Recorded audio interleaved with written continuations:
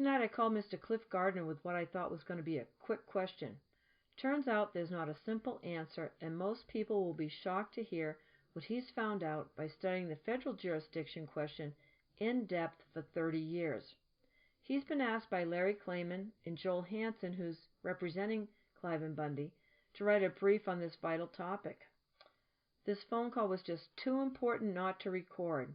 I'm glad I had the presence of mind when I couldn't take notes fast enough to turn the recording on. Enjoy the children playing in the background. They're why we're doing all this, right? Okay, now we're recording. Go ahead.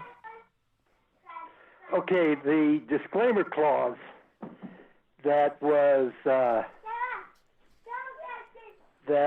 accomplished at the time of Nevada coming into the Union. Many people say that that does not apply to southern or eastern Nevada. But if you look at the Constitution in Privileges and Immunities Clause of Article 4, and you look at the Treaty of Guadalupe Hidalgo, you know how treaties are the supreme law of the land under the Constitution, under Article 6? Well, the treaty says that when the states or the people come into the Union, they have to be provided with all the rights, immunities, and privileges as the people in the 13, in the remainder of the states. Right, the equal footing clause. Yeah, the equal footing clause is actually within the Northwest Ordinance. It really doesn't apply to territory acquired after that transaction. But there's two clauses that are almost similar, only instead of referring to the state, they refer to the rights of the people. Doesn't say the states are to come into the Union. If you go back and look at the Treaty of Guadalupe Hidalgo and the Treaty for the Acquisition of Louisiana Territory, you'll see that that both of those instruments require that the persons are to come into the Union at the earliest possible time to the same rights, immunities, and privileges as other citizens of the United States. Mine is a little more refined argument, but that's the way it was by the Constitution and by that treaty. Treaty sessions is what the early court decisions called them, treaty sessions to the United States. And of course, treaties under the Sixth Amendment are to be acted as the supreme law of the land. The Constitution and all acts made pursuant thereof and all treaties are to be the supreme law of the land. Well, the federal government conducted these treaties, but they never have enforced them, because if they did enforce them, then that guarantees that the citizens are to come into the Union to the same rights, privileges, and immunities as the citizens of the remainder of the United States. But see, what happened is they didn't have any way to justify, the federal government didn't have a way to justify continuing to retain ownership and jurisdiction over these federal lands. So they said it was Article 4. The only problem with that is because Article 4 is territorial jurisdiction, and it does not protect people's rights and immunities. Yeah, this territorial thing is ugly. Well, see, they used the Buck Act and the Reconstruction Acts of 1867 as well to keep treating us like territories. Yes, that's right. Yes. So, okay, yes, so hold on, Article 4 jurisdiction that the Supreme Court has said that gives the federal government jurisdiction over territories has been defined in 28 Supreme Court cases to say that persons made subject to it are not afforded their constitutional rights. That power is without limitations. And so there's a huge conflict out there, and this question has never been before the Supreme Court. You're kidding me. That's what we plan to do, to get this question before the Supreme Court. Then getting back to whether there could be a disclaimer clause. Well, you stop and think about it. The state and Congress cannot make an agreement as to how a state is to come into the Union when it deprives people of their constitutional rights and protections. That cannot happen. That's what the Constitution was all about. Okay, well here, this is one of the sleight of hands I think they've used, and I'll send you an article because I just copied it because it's Rudy Stanko's, put it in his newspaper. But let's just back up for a second and say the Constitution of Mexico really defines this much better for its people. It says the people own the government and the government owns the citizens. Okay, California has two state constitutions. The first one gives, the people power, and the second one kind of takes it away from them. And so when people are being state citizens there, that's why everyone should be a state citizen and not a U.S. citizen, because when you become a U.S. citizen, that makes you a 14th Amendment citizen. They didn't free the slaves, they just made us all slaves. And so that's the argument that, sovereignty people use and state citizens people use, that they rescind all their 14th Amendment citizenship. So we don't have to whine about civil rights. We don't want civil rights. We want our God-given, rights. Unalienable rights. The ones that are, unalienable rights that the Constitution. See, that was the first time that was defined with clarity was when Thomas Jefferson penned the Declaration of Independence, and that's when they used that language, unalienable rights, God-given unalienable rights. Right. And that's when the concept came down that Congress did not grant those rights to the citizens of the United States. All they did was recognize and give it protection. Right. So that's why Patrick Henry, when they switched it from "we the states" to "we the people," that's been a brouhaha ever since, as far as I can tell. Because that's why Patrick Henry said, that might be argued, but in all my research, I have never found indication that that's a fact. Everything I found is the Supreme Court of the United States has not been unclear. They're not hiding anything. They're not using any special or hidden meanings, actions to gain that extra constitutional control over the people. They make it very clear in 28 decisions where they acknowledged and defined Article 4. They say that power is without limitation.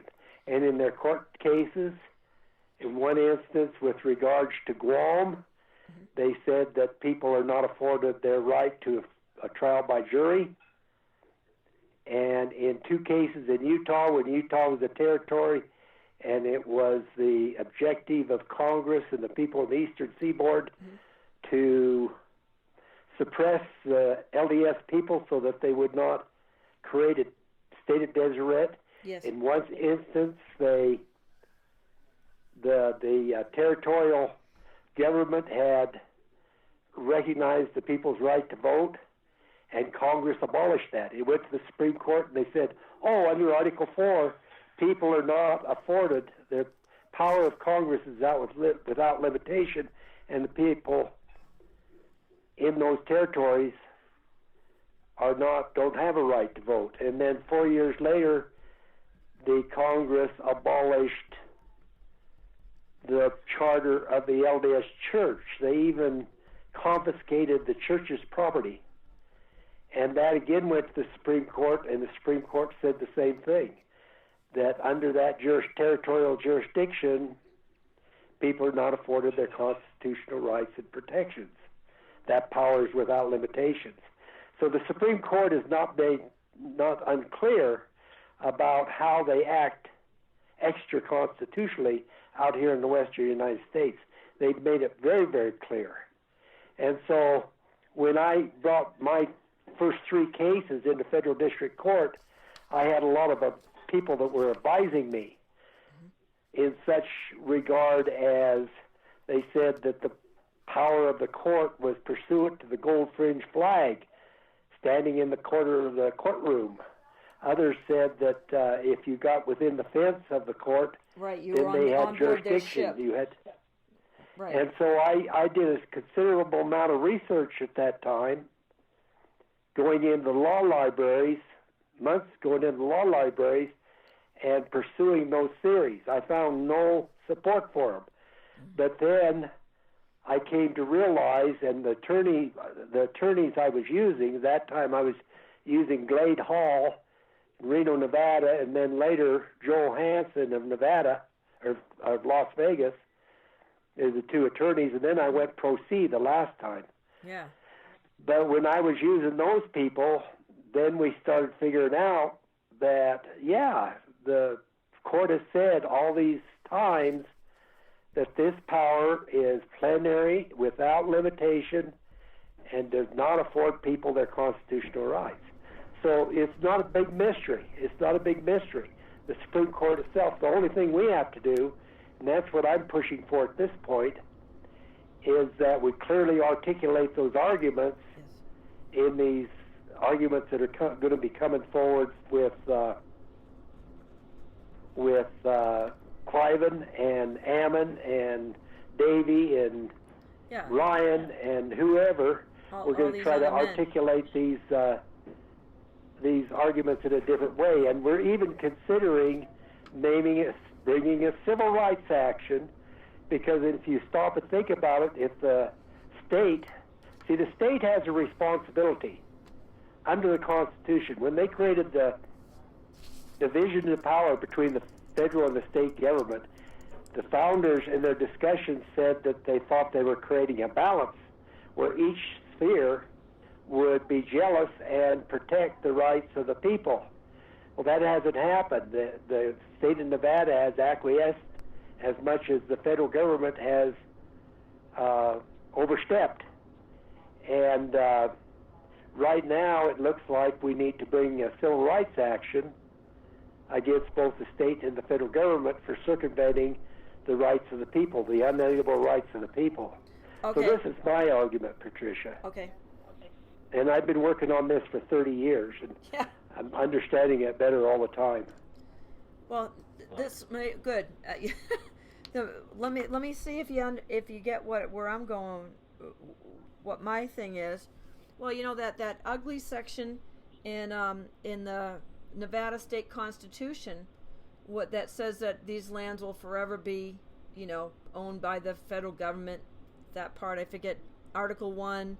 Section, I don't know. I've been looking up a lot of cruel and unusual punishment ones too, so I don't have that one right. But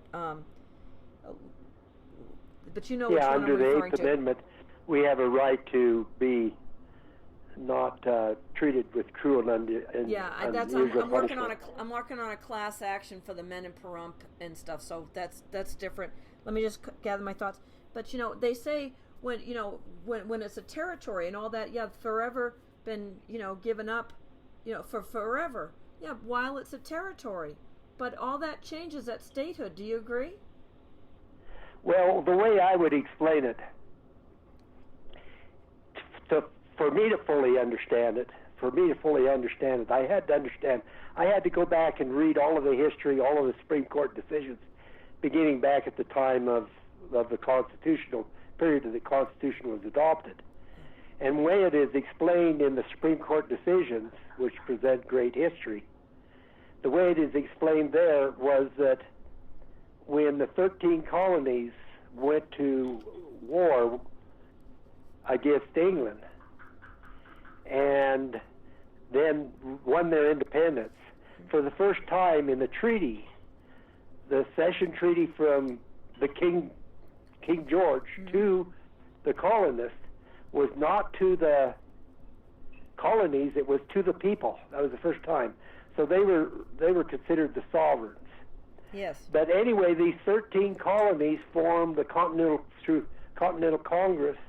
They were all independent nations. They didn't combine together until the Continental Congress was convened. But anyway, at that time,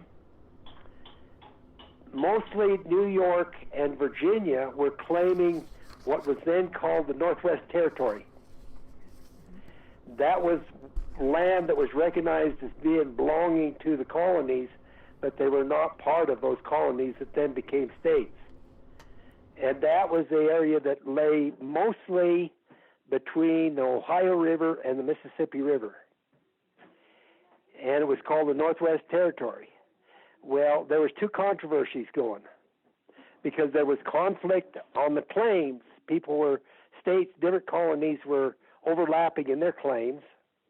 That was going to have to be resolved. Plus, after the Revolutionary War, the United States owed a huge debt, and they didn't know how they were going to pay off the debt. So finally, because someone came forward and said, hey, what we'll do is all of these states that claim lands out here in the Northwest Territory can cede that land to the federal government for temporary purposes, for the purpose of paying off the war debt. So that solved two issues. First, the conflict of claims, and then the second was how we're going to raise money to pay off the war debts.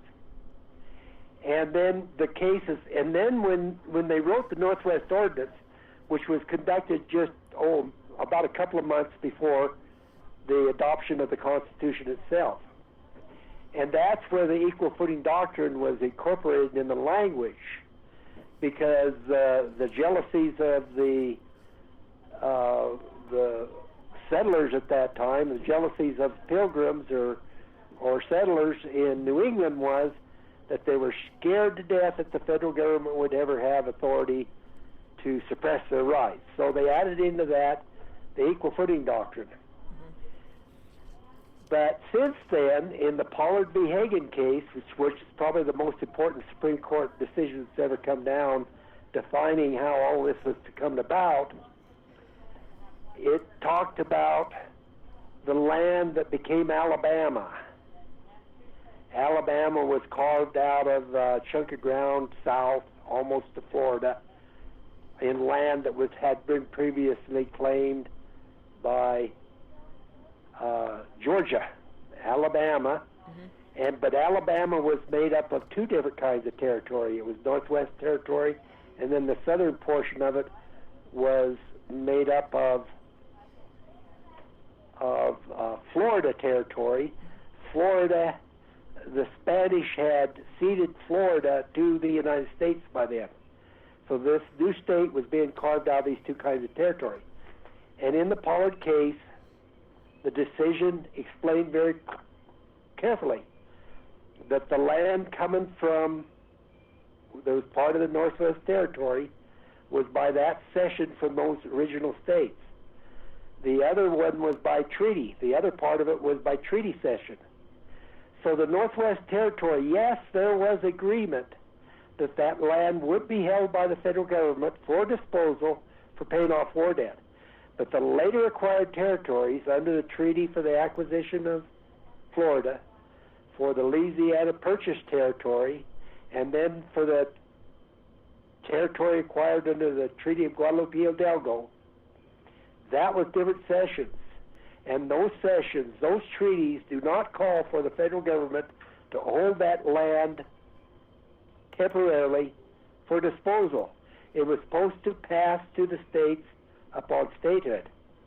And so there's been confusion since that time, because as new states have been created through the Midwest, out through the western United States, they have assumed that the federal government's going to dispose of that land. And they did in the Midwest, but they got out here in the far west, and then they just decided in 1976 that they were no longer going to even dispose. And so that is when they were requiring, Congress being they, when they were carving out these new states, they required or demanded that there would be a disclaimer clause so that, number one, the states would not be taxing that land to continually be held by the federal government, and number two, that they would have authority to dispose of it. But they have a big problem, and that's the first problem is, like I mentioned to you, that the treaties for the sessions, the treaty sessions, is the way the Supreme Court refers to them, do not call for that land to be held by the federal government.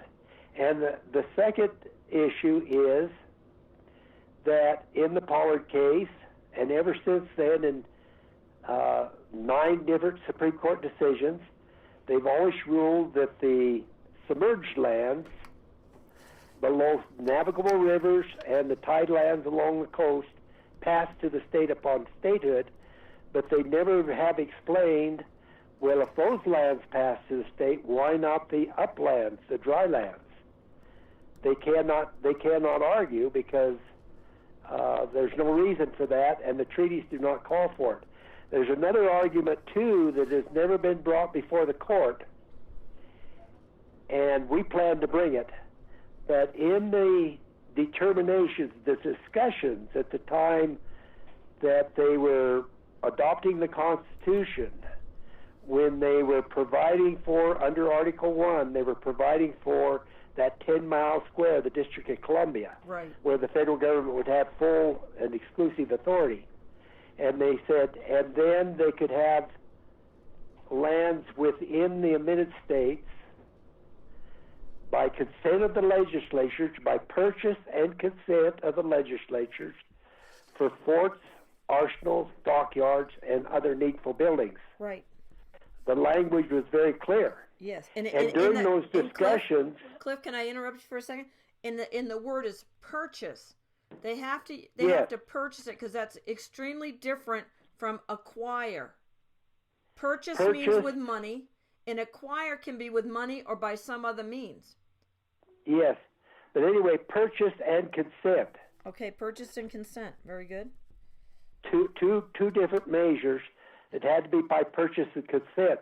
Okay, the discussions during the Constitutional Convention, when the consideration was be given for the adoption of Article 1, Section 8, Clause 17, Elbridge Cleaver expressed that their greatest fear, the reason that they had to have that language by consent and purchase, was that their greatest fear was, should the federal government ever own vast amounts of land within admitted states, that it would awe the states into undue obedience and destroy their independence.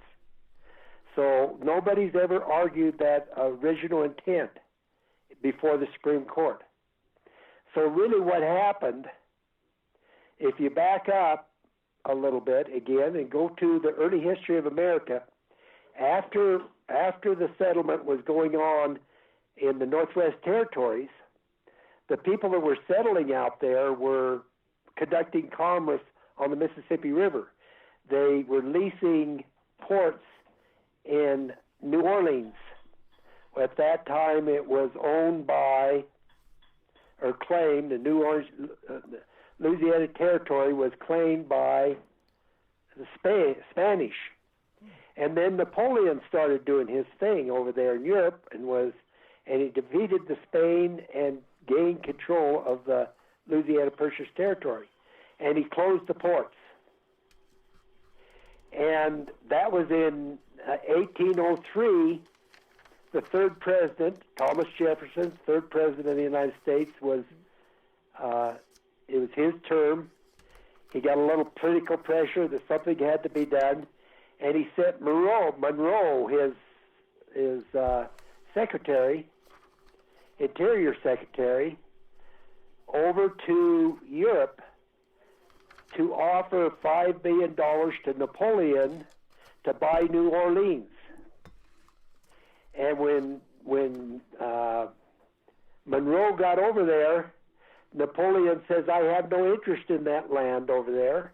I will not sell you New Orleans, but I'll sell you the entire territory for $20 million. And so he didn't have his cell phone with him. Yeah. So he agreed to it, and he sailed back to the United States, and he went and reported to Jefferson.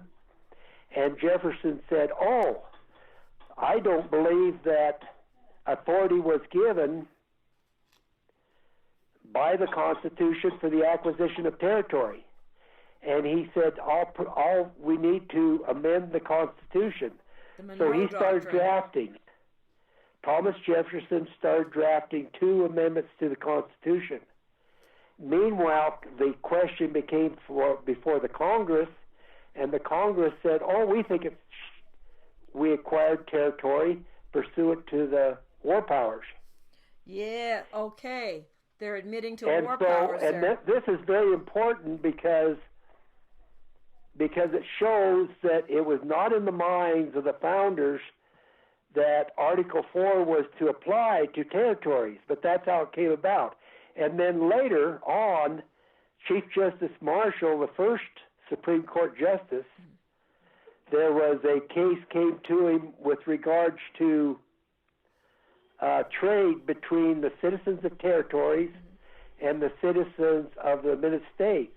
And the question rose as to the status of imports-exports. And Chief Justice Marshall, in the Cantor case, said, the people that live within territories don't have the same voting rights. They don't have the same rights as citizens within the states. And then the question arose, by what authority? And the Supreme Court at that time says, it must be by Article 4, the property clause in Article 4. And so that's how Article 4 jurisdiction was actually created by the Supreme Court, and it was defined over the years dealing with insular possessions, territories, as being plenary and without limitations. That's how that came about. And then later, after the settlement of the West, the creation of BLM, creation of Forest Service, decisions had to be rendered as to conflicts between Western settlers, far Western settlers.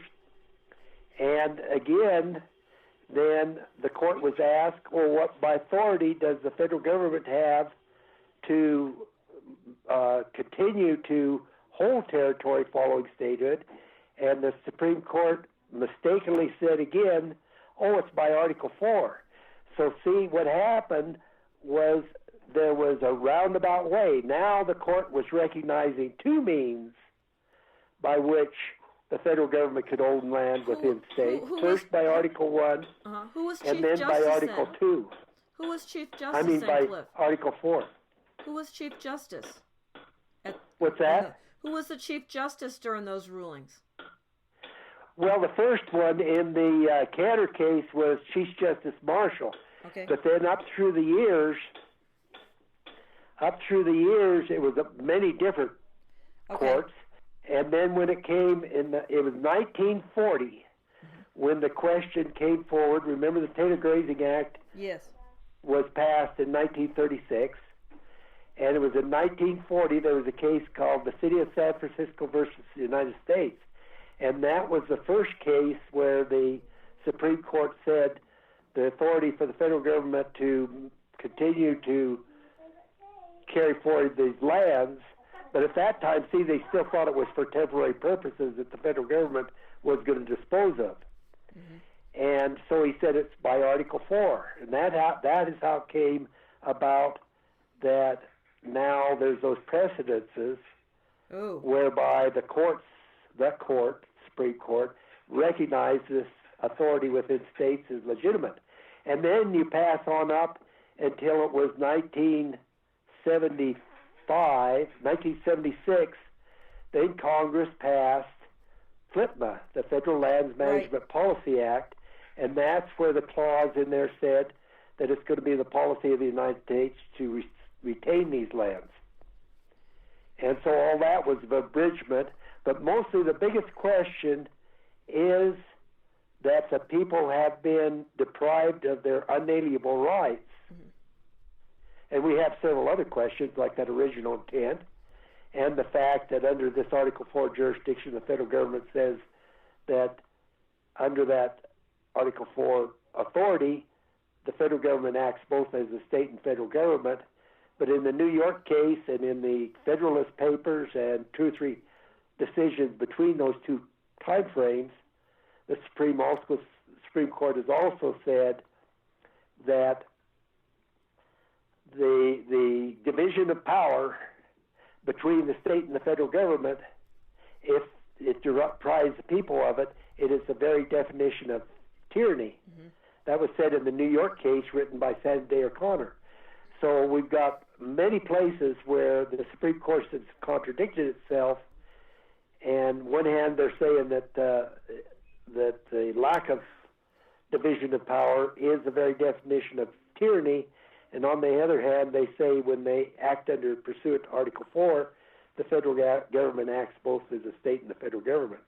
So that's another question we want to put before the court. Well, you know, when I looked at, and when I was researching the little bit of research I've had time to do, of course I haven't had, 30 years to look into this like you have, but what I think is kind of interesting, and let me find where I wrote it, is the 2 times that the federal government has purchased land from the state of Nevada was for the Hoover Dam, and one other time, and it's some parcel, I haven't been able to read it, something out in the west for some kind of bird sanctuary or something. I don't know what it was for.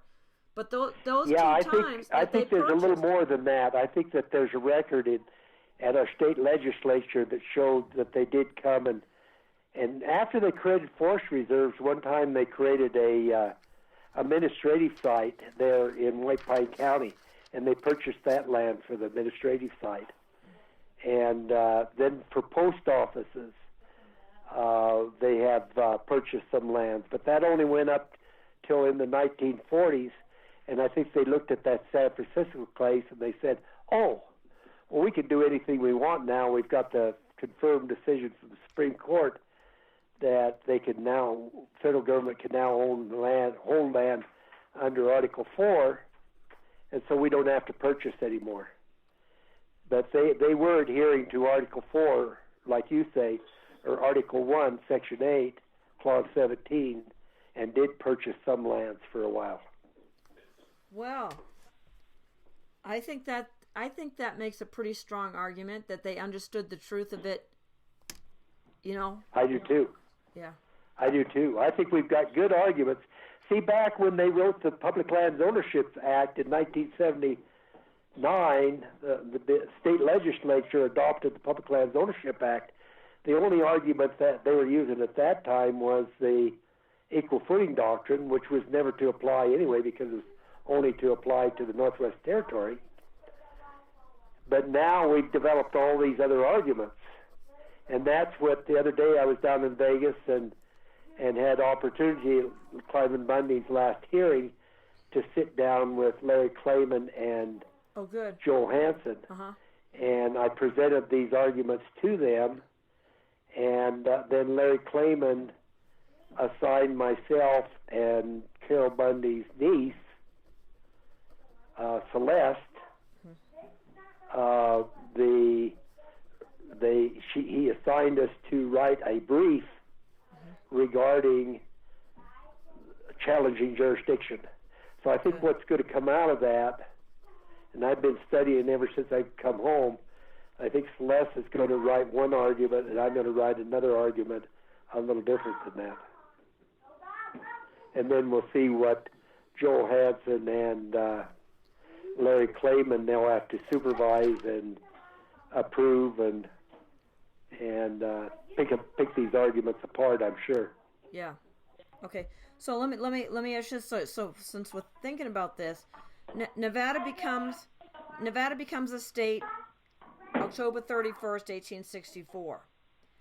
But Clark County, the southern part, did not become a state. It belonged to Arizona Territory. Right. But May 4th, 1866, Nevada extends the southern border into Arizona Territory. It was a couple years later. It wasn't until 1871 that Arizona Territory finally said, all right, and gave up their Piute County, which was part of today's Clark County. So how did Congress have a right to do that to a territory? Just they can do whatever they want because you're a territory? Well, the only requirement is in the Constitution that states will be created. And then there was one Supreme Court decision I can't cite right now. It was the Dred Scott case, or Justice Taney said in the Dred Scott case that the federal government had no authority to forever hold territory. They were obligated to create states. And so it's kind of the size of the territory and stuff like that, I would say, is dependent upon Congress and the people within the territory to agree on the boundaries of that territory. And so Congress, having most of the power, well, they were wanting to suppress the LDS people anyway. Yeah. And so it was quite obvious that originally everything in Nevada, after California came into the Union in 1850, which is only a couple of years after after the acquisition of the California territory, then all of Nevada and all of Utah was recognized as being Utah territory. Right. And then, but when they created Nevada, they did that, of course, for the purposes of two reasons. One, they wanted access to the silver. Yep. And two, they wanted to outvote the South. Sure. In Congress. And they knew Utah, if it stayed in Utah's hands, that and they were trying to oppress the LDS people. Right. So they moved that boundary. The map that I was given by these people that are purporting to argue that the disclaimer clause is not valid because of southern Nevada coming in at a later date. Right. The map I have also shows that there was a goodly portion of the eastern part of Nevada, a line that went straight up. It moved back. They moved it back into Utah. But remember, I think Utah was one of the last states that was allowed to come into the Union, and I think that was part of congressional suppression of those people. So what's the problem with the Mormons? Why have they always wanted to suppress, the Mormons? Well, most of it was when the LDS people moved out there. Brigham Young, of course, was very effective in calling people to settle. Like in the 1850, they called them to settle the Las Vegas Valley, and prior to that, he'd called them to settle St. George, and they call it Dixie, right, because he wanted an independent nation. Right, and source of cotton. He wanted an independent nation, and that's where he saw that they could raise cotton. Right. But anyway, he was selling. They were sending. They had a very effective recruiting program going. Bringing people in from countries all over, from Europe into the United States. And they were sending out people to settle in Southern California. They were sending people out to settle in New Mexico and Arizona, and even down into Mexico itself. Mm-hmm. And they had the vision of creating a state of Deseret. Now, not using the term state at that time in terms of how we understand the United States, but their own country. Yeah. And so that was what the Eastern people were very fearful of. They had visions. Because then they'd miss out on the wealth of the West. Yes, mm-hmm. Yes. They didn't know. They saw all these people that were coming to the Eastern Seaboard and immigrating out across the plains and to Utah territory, and they were expanding into Idaho and Nevada. Some of them had gone clear out. The first settlers gone clear out and settled there by Carson City at Dayton. They had colonies there. They had colonies in Southern California, and they were more immigrants coming into Utah by far than there was coming in the remainder of the United States. So there was great jealousy and fear that these Mormons were going to accomplish a state of Deseret, which could become independent of the United States. Interesting, very interesting. Well, Cliff, interesting history, isn't it? Yeah, it sure is. when you get your brief done, could I get a copy? Sure. Because I know people have been going on this. The Bundys have always thought statehood meant statehood and was protected by equal footing. But we're seeing. Well, that. I never did hear Cliven say equal footing. I think he just always articulated to me that he believed that it came into the state upon statehood. And see, Ken Ivory up there and DeMar Dahl in northeastern Nevada, they're promoting that the disclaimer clause and the federal government's stewardship over the lands continued. They're just trying to get Congress to pass an act ceding that land to the state of Nevada. Cliven, he had the opportunity to sit down with Ken Ivory after Ken first began his efforts, and Cliven was adamant. No, Cliven, he said these lands pass to the state upon statehood. The difference between Cliven and myself was that I always tended to want, because of my aptitudes, I always wanted to find the precedents, either in case law or in early discussion of the founders or something like that, right, to craft the best possible argument to take to the federal courts. Right. Cliven wanted to believe that the highest office of the land was the sheriff, and if the sheriff would just stand up, and I think he got a lot of that from, he communicated a lot with Sheriff Mack too. Right. Right. And Sheriff Mack has never wavered from that argument. Right. I was up at Burns, Oregon when he made his presentation there, and he was just as adamant and a lot more skilled in his presentation than he'd been 6-8 years ago. And I think Cliven picked up mostly on Sheriff Mack's argument, and that was the core of Cliven's argument, that the sheriff only has to stand up. I got it from Ryan, and that, when it says all that in the Nevada Constitution, where it says these lands are forever going to belong to the United States government, and they're always talking territory. He says, yeah, but that was when it was a territory, and when it became a state, everything changed. Yeah, there's people make the argument that the disclaimer clause is not valid because it was agreed to by the people living within the territory and not after the state was created.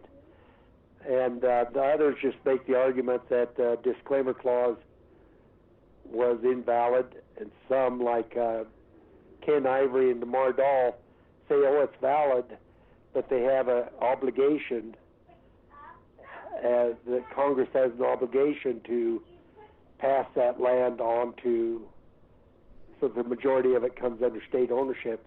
And then there's Mundy and Gardner, basically, that say no, pursuant to the treaty clause, pursuant to original intent, pursuant to the fact that we are not afforded our unalienable rights as defined by the Constitution, and pursuant to Pollard v. Hagen, that recognized that the submerged lands had to come into the Union upon statehood. Our argument is that these lands did, in fact, pass to the states upon statehood, but there was failure in the recognition of that happening by Congress, which has to be declared pursuant to the Constitution to be null and void. Well, that's all the different arguments coming down. I was reading the Congressional Globe, I think is what it's called, where they have all the sessions of Congress going back all that time. How did they make such an accurate record back then? Did they have like some kind of dictaphone? Of the Constitutional Congress? Yeah. Well, back at that time, and then extending up through most of our history of America, the government did not keep the record, but they would contract with individuals. They would contract individuals to come in and produce a record of the Constitutional Convention, of all the debates. And so we had, resulting from that, we had Eliot's debates of the Constitution. We have Max Farion's debate, records of the Constitutional Convention. And then those volumes also include that not only was there a great deal of practice by the original colonies when they wrote their Constitution, they were going through a process of thinking out and trying to articulate all their different rights. But then when their representatives to the Continental Congress and later to the Constitutional Congress, when they wrote the Constitution, then it all had to be ratified by the 13 colonies. And so then after that, then each of those colonies had ratifying conventions. And they set up recommendations to the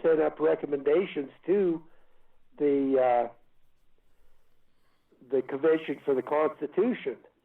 And it was those states, it was that process is where those people demanded that there be a Bill of Rights. If it hadn't been for those ratifying conventions, there probably would have never been a Bill of Rights attached, the first 10 amendments attached to the Constitution. And so those records showing original intent are critically important. And yes, in all of those proceedings, those people were very dedicated. They were very intelligent people. They were very well educated, and they did keep strict, but that's how they did it, by contractors. Okay, because I was wondering, because I see all this and I go, gee, who took all these notes, or who recorded it? Did they have some kind of recording device that they used back then? Because I'm looking at 1864. No, it was all by longhand. That's why they developed shorthand that was taught in our schools for so long, because when I was a young man, court reporters still took everything in shorthand. Okay, that's right. All the discussions. Yeah, my mom took shorthand, and so I was wondering when shorthand was developed, that's how they were taking it, because, I mean, they're verbatim, records, at least they look like that to me, so. But, okay. Yes, and then they were codified because one recorder, they had more than one person in those rooms that were, so they could compare notes if there was a different take on what was said. Then you could consult both. But what is interesting to me is the Center of Constitutional Studies. Old Zeldin Nelson lives up there on a farm in the southern part of Idaho. After he leaves Salt Lake, he'd go up towards Boise. He lives out there. And he was a big supporter of Cleon Skousen, who was my mentor. Right. I was very fortunate to get in on the ground floor when he started his organization. Cleon Skousen started his organization, and I had about... He had a huge impact on LDS. Yeah, and on me. Right. My wife and I became Century Club members, and so we spent about 6 years studying constitutional principles under Cleon Skousen. But this other guy named Zeldin Nelson, when that outfit folded up, Zeldin Nelson had mortgaged his farm, and mortgaged his farm and given the money to Cleon Skousen to produce the book he called Making of America. Well, that had just been published, and all these thousands, hundreds of copies came, and the organization had internal fights, and it shut down, and so they gave all those books to Zeldin. And he took them up there and put them in a couple of these silos that he wasn't using. He had been raising grain, but then he was raising alfalfa, so he put them in these silos, and then he took all the material and all the books and stuff that had been gathered by that organization, and he added on to his house, and the remnants of that organization, National Center of Constitutional Studies, has been carried on by him and his wife and his family since that time. And he still acts as providing that kind of information to interested people in constitutional government. Well, anyway, it was he because I worked closely with Bert Smith all those years. Bert was one of the first supporters of Cleon's Calvin. Well, one time I was up there at Zeldin, and he gave me these 5 huge volumes, 8 by 11.5 size volumes. Wow. And it was the same work. It was codified by Eliot and Max Theron, only it was better prepared because you could go into each section of the Constitution, and then you would read the discussions during the ratifying conventions, during some of it, if it was important, during the adoption of the Virginia Constitution and so forth, New York, and some of it was quotes from Blackstone, some of it quotes from John Locke and Adam Smith and all of those old Right. mentors of the founders of the country. Mm-hmm. And so he gave me those 5 volumes, and I brought them home. In a long time I didn't know, but I finally got around to studying that.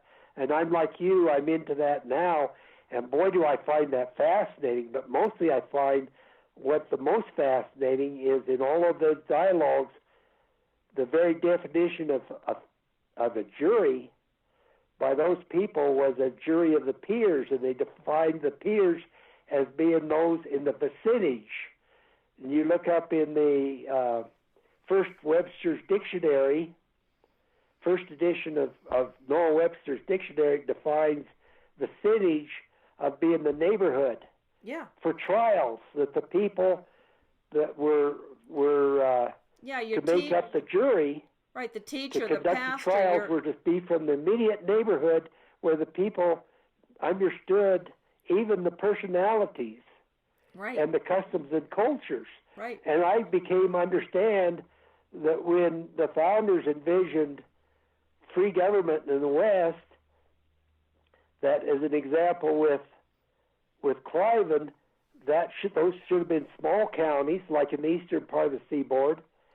The county should be made up of Bunkerville and Mesquite, right, and the question should have gone before, and it was the sheriff under the common law, which is provided for by states.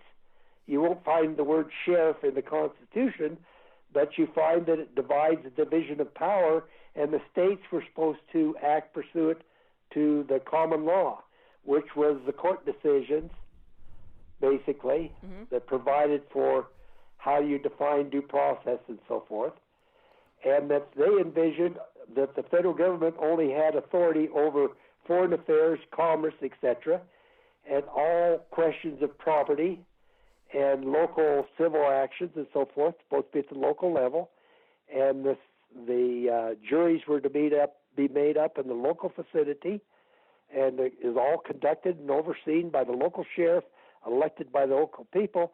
And if you think about that, both in Hammond's situation up there, and also with regards to the Bundy family, if they'd been tried by their peers in local community, they wouldn't be in prison today. Oh, absolutely if there had been not. that division of powers, the federal presence had never been here. Right. Well, the in the 50s, I told you about that show where they said they had to take over.